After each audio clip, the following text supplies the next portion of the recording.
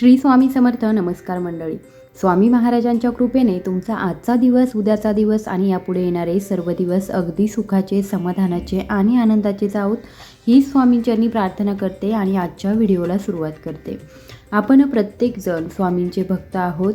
स्वामींना प्रसन्न करण्यासाठी आपण वेगवेगळ्या प्रकारचे उपाय करत असतो. स्वामी आपल्याला कधीही संकटांमध्ये एकटे सोडत नाही. स्वामी प्रसन्न करून घेण्यासाठी आपण वेगवेगळ्या प्रकारचे उपाय करतो. आपल्याला काही अडचणी असतील तर त्या आपण स्वामींना सांगत असतो. प्रत्येकाच्या घरामध्ये सगळेच व्यक्ती चांगल्या असतात असे नाही. काही ठिकाणी काही दुष्ट स्वभावाच्या, तापट स्वभावाच्या सुद्धा व्यक्ती असतात. त्यामुळे त्या घरांमध्ये वारंवार भांडणं, तंट होत असतात, कटकटी होत असतात, लहान मुलं त्रास देत असतात. तर यासाठी आपण अनेक प्रयत्न करून देखील आपल्याला त्रास सहन करावा लागतो. त्यासाठी आपल्याला काही उपाय करायचे आहेत. हे उपाय जर तुम्ही थोडे दिवस केले तर तुमचा जो काही त्रास आहे, घरामध्ये नकारात्मकता जी आहे ती सर्व निघून जाणार आहे. त्यासाठी कोणते उपाय करायचे हेच आपण आजच्या व्हिडिओमध्ये बघणार आहोत. तर चला जास्त वेळ न घेता लगेचच व्हिडिओला सुरुवात करूया. पण त्यापूर्वी तुम्ही जर चॅनलवर नवीन असाल, माझा आवाज पहिल्यांदाच ऐकत असाल तर चॅनलला सबस्क्राईब करा. त्याचबरोबर व्हिडिओ आवडला तर जास्तीत जास्त लोकांपर्यंत शेअर करा आणि लाईक देखील करा. स्वामी केंद्रामध्ये लक्ष्मी प्राप्तीसाठी व स्वामींना प्रसन्न करण्यासाठी काही उपाय सांगितलेले असतात. ते उपाय देखील आपल्याला करायचे आहेत.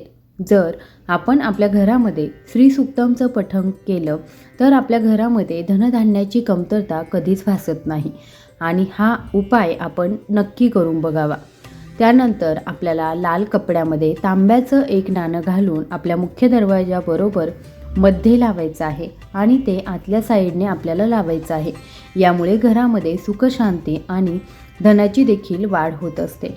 लक्ष्मी आपल्या घरामध्ये प्रवेश करत असते. त्याचबरोबर गुरुवारी तुळशीला थोडंसं कच्चं दूध आणि हळद अर्पण करायची आहे. याच्याने सुद्धा आपल्याला धनलाभ होतो. आपल्या घरामध्ये जी लक्ष्मी आहे ती स्थिर होते. काही जणांच्या अशा पण अडचणी आहेत की हातामध्ये पैसा टिकत नाही किंवा घरामध्ये पैसा टिकत नाही. यासाठी हा उपाय नक्की करून बघा.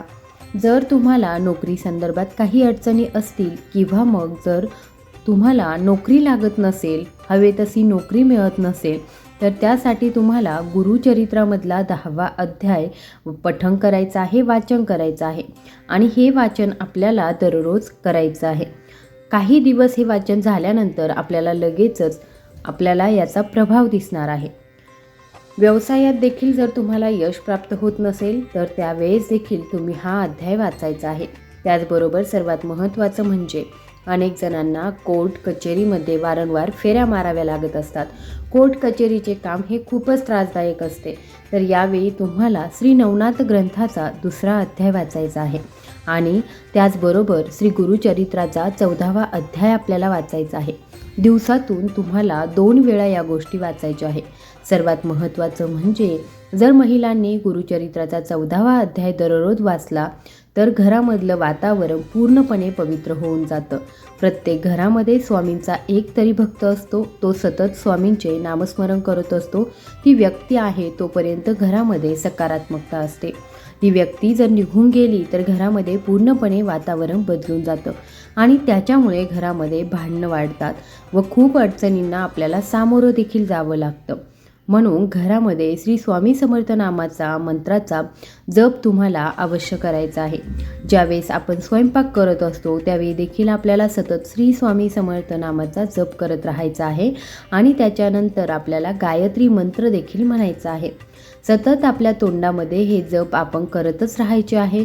आपण आचार करण्याआधी उच्चार करायचा आहे आणि उच्चार करण्याआधी आपण विचार करत असतो. आपल्यावर कामाच्या अडचणी वाढल्यामुळे किंवा अनेक काहीतरी अडचणी आल्यामुळे किंवा वाढल्यामुळे आपल्याला रात्रीची व्यवस्थित झोप लागत नाही. तर अशावेळी तुम्हाला श्री स्वामी समर्थांचे नामस्मरण करायचे आहे. तर हे छोटे छोटे उपाय तुम्ही अवश्य करून बघा. त्याच्यामुळे तुमचं आयुष्य बदलून जाणार आहे आणि या उपायामुळे तुमच्या आयुष्यात नक्कीच बदल घडून येणार आहे. आता सर्वात महत्त्वाचा उपाय आहे तो म्हणजे जर तुमच्या घरामध्ये सतत भांडणे, कटकटी होत असतील, मुले हट्टीपणा करत असतील, ऐकत नसतील, नवरा ऐकत नसेल, तर हा एक तुम्ही उपाय अवश्य करून बघायचा आहे आणि 21 दिवस तुम्हाला हा उपाय करायचा आहे. आणि याचा परिणाम तुम्हाला 3 दिवसांमध्ये दिसून येणार आहे. आणि तुम्हाला हा उपाय करताना सर्वात प्रथम म्हणजे गुरुवारपासून सुरू करायचा आहे. पहिल्या दिवशी आपल्याला संकल्प करायचा आहे, म्हणजेच की आपण ज्या गोष्टीसाठी 21 दिवस उपाय करत आहोत त्या गोष्टी आपल्या मनामध्ये आणायच्या आहेत आणि त्याच्यानंतर स्वामींना सांगायचं आहे की आमच्या घरामध्ये या कटकटी होत आहेत, भांडणं होत आहेत, तरी यातून मला मार्ग दाखवा असं आपल्याला स्वामींना सांगायचं आहे. हे आपण स्वामींजवळ मागायचं आहे. घरामध्ये जी काही भांडणं होत आहेत, नवरा ऐकत नाही, मुले हट्टीपणा करत आहेत, तर त्यांना चांगली बुद्धी द्या आणि व्यवस्थित त्यांना ज्ञान द्या अशी स्वामींकडे प्रार्थना करून आपल्याला संकल्प करायचा आहे. आणि त्याच्यानंतर या सेवेला आपल्याला सुरुवात करायची आहे. गुरुवारपासून 21 दिवस आपल्याला ही सेवा करायची आहे. आपल्याला दिवसातून 2 वेळा ही सेवा करायची आहे, म्हणजे सकाळी एकदा आणि संध्याकाळी एकदा.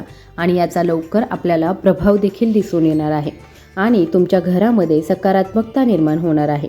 सर्वात प्रथम आपल्याला 2 किंवा 3 अगरबत्ती घ्यायची आहेत आणि त्याच्यानंतर 1 ग्लास भरून पाणी घ्यायचे आहे आणि त्याच्यानंतर आपल्याला स्वामींसमोर बसायचे आहे. आपल्या एका हातामध्ये अगरबत्ती, दुसऱ्या हातामध्ये पाण्याने भरलेला ग्लास घ्यायचा आहे आणि जोपर्यंत अगरबत्ती संपत नाही तोपर्यंत तुम्हाला श्री स्वामी समर्थ नामाचा जप करत राहायचा आहे.